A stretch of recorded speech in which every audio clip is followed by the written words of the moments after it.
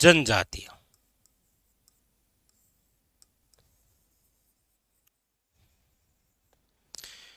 देखिए, राजस्थान में यदि हम जनजातियों की बात करते हैं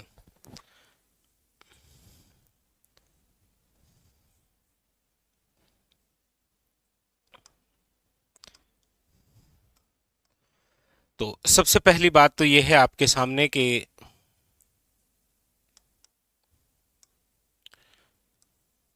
राज्य में सबसे प्राचीन जनजाति कौन सी है।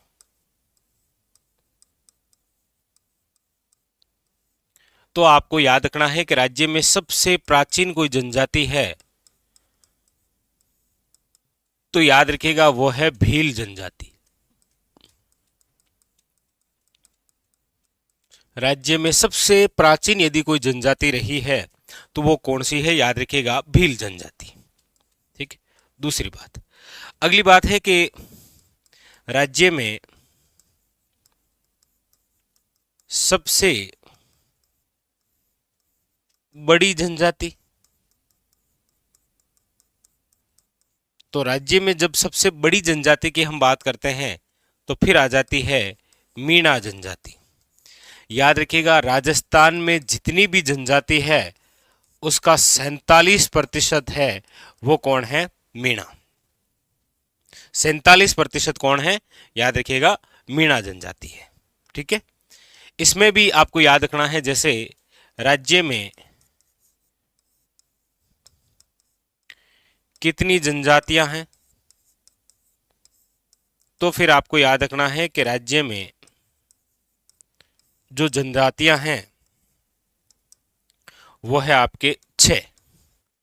कौन कौन सी, देखो क्रम से लिख रहा हूं। सबसे ज्यादा है मीणा, नंबर 2 पर है आपके सामने भील जनजाति, नंबर 3 पर है ग्रासिया, नंबर 4 पर है शहरिया, नंबर 5 है आपके सामने कथोड़ी और नंबर 6 है डामोर। तो ये आपके सामने टोटल हमारे राजस्थान में कुल कितनी जनजातियां हैं, तो याद रखिएगा 6। अच्छा, अब देखिए यहां से थोड़े क्वेश्चन है जो कि मैं आपसे पूछना चाह रहा हूं। पहला क्वेश्चन तो है कि जो अभी पूछा गया था सीईटी के एग्जाम में, विश्व आदिवासी दिवस कब मनाया जाता है। विश्व आदिवासी दिवस कब मनाया जाता है, ये एक बहुत बड़ा और बड़ा अच्छा क्वेश्चन है, बताइए। Very very important. ठीक है। और एक है आपके जनजाति क्षेत्रीय विकास विभाग का गठन कब हुआ है, ये भी क्वेश्चन पूछा जाता है। एक क्वेश्चन है आपके सामने जो पूछा जाता है वो है माडा का। ये माडा क्या है, तो याद रखिएगा वेरी वेरी इंपॉर्टेंट, परिवर्तित क्षेत्र विकास उपागम, इसका गठन कब हुआ। परिवर्तित क्षेत्र विकास उपागम,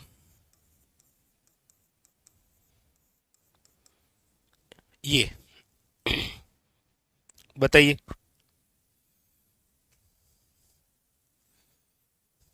ठीक है। ये तीनों ही बड़े इंपॉर्टेंट फैक्ट है। तो आदिवासी दिवस कब मनाया जाता है, तो आप सब जानते हैं सर ये मनाया जाता है 9 अगस्त को। आदिवासी दिवस कब मनाया जाता है, याद रखिएगा 9 अगस्त को। जनजातीय क्षेत्रीय विकास उपागम, इसका गठन कब हुआ है, तो याद रखिएगा 1975 1975 के अंदर, वेरी वेरी इंपॉर्टेंट। और माडा की हम बात करते हैं तो 1978 टू 79, याद रखिएगा, इंपॉर्टेंट बात। ठीक है। वेरी वेरी इंपॉर्टेंट, याद रखिएगा। ठीक है। अब देखिएगा अगली हम यहां और इंपॉर्टेंट बात करें तो क्वेश्चन आता क्या है, अभी आप देखेंगे बहुत सारे एग्जामों के अंदर पूछा जाता है कि राज्य की कुल जनसंख्या में, राज्य की कुल जनसंख्या में अनुसूचित जनजाति।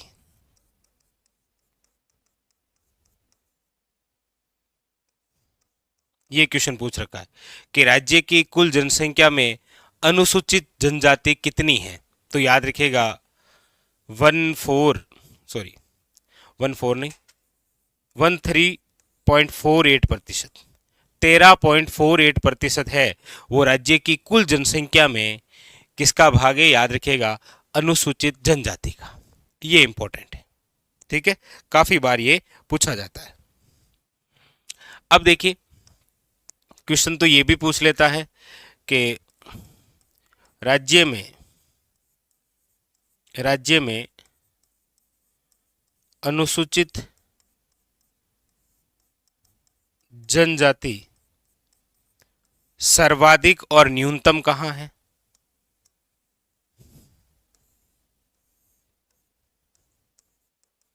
सर्वाधिक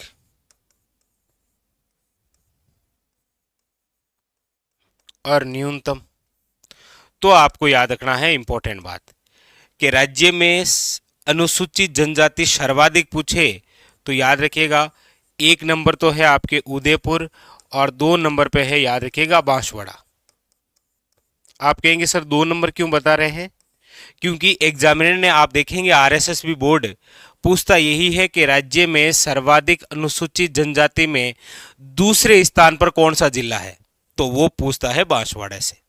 न्यूनतम की आप बात करेंगे तो याद रखिएगा वो हो जाएगा आपके बीकानेर और दूसरा कौन सा है याद रखिएगा नागौर, ठीक है। लेकिन एक क्वेश्चन जिन्होंने बहुत लेवल का और बहुत गहराई तक पूछा, क्या पूछा क्वेश्चन था आपके सामने, ये देखिए आप ध्यान दीजिएगा। क्वेश्चन है कि राज्य में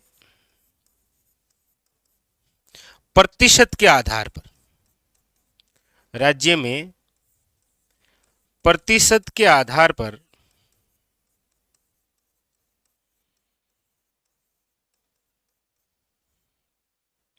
राज्य में प्रतिशत के आधार पर अनुसूचित जनजाति सर्वाधिक कहां है और न्यूनतम कहां है, ये पूछा। अब पूछ रहा है आपको किस आधार पर, प्रतिशत के आधार पर। देखिए राज्य में प्रतिशत के आधार पर अनुसूचित जनजाति सर्वाधिक कहां है और न्यूनतम कहां है, देखिए ये लाइन पूछी जा रही है आपको।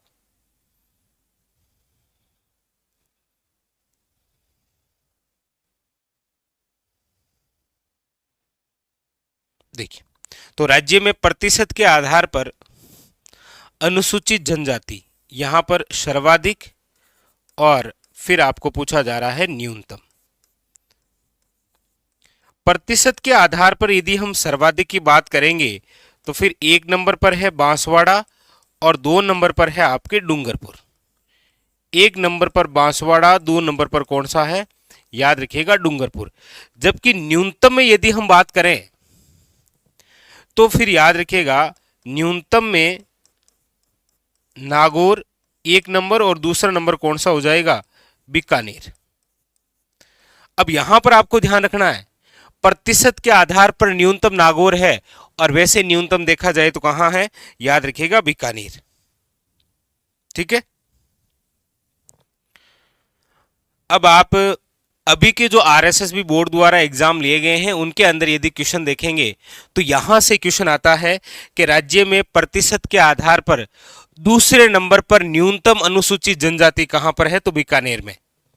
ऐसे क्वेश्चन आते हैं याद रखिएगा, ठीक है। तो राज्य में ये जो जनजातियों की हम चर्चा करते हैं तो राज्य में सबसे प्राचीन जनजाति आपको याद रखनी है भील जनजाति है। राज्य में सबसे बड़ी जनजाति है तो कौन सी है, मीणा जनजाति है। यानी कि जितनी भी जनजातियां हैं उनका 47% भाग है वो मीणा है। राज्य में कितनी जनजातियां हैं तो याद रखिएगा 6।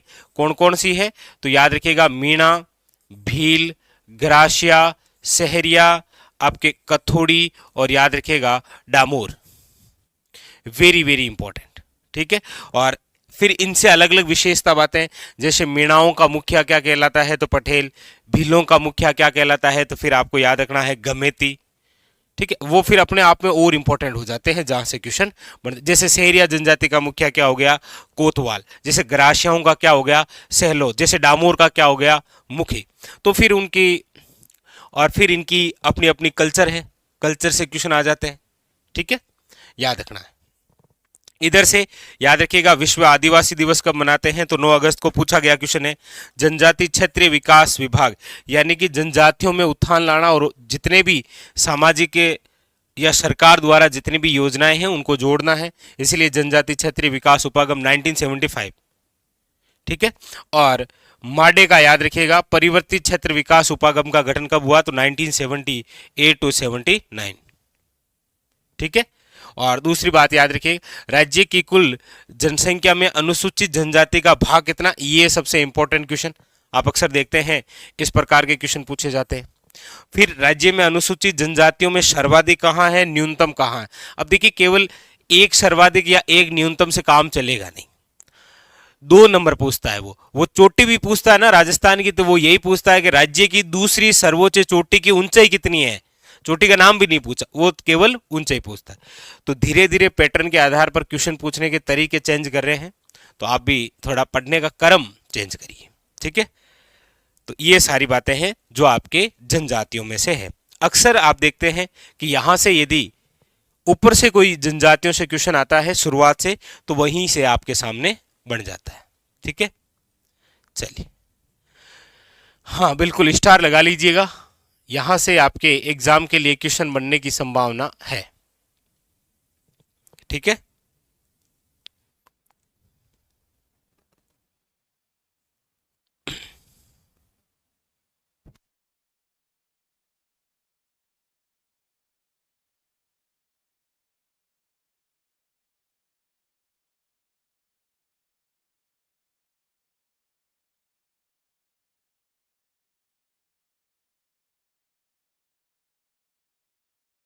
चलिए आगे।